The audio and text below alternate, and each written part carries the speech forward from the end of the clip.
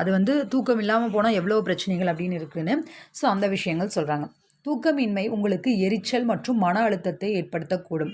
National association for mental ஹெல்த்தை சார்ந்த doctor George Stevenson சொல்கிறார், எல்லா மனிதர்களுக்கும் ஆரோக்கியமாக வாழ குறைந்தபட்சம் 6 மணி நேர தூக்கம் அவசியம் என்று சொல்ல முடியும்.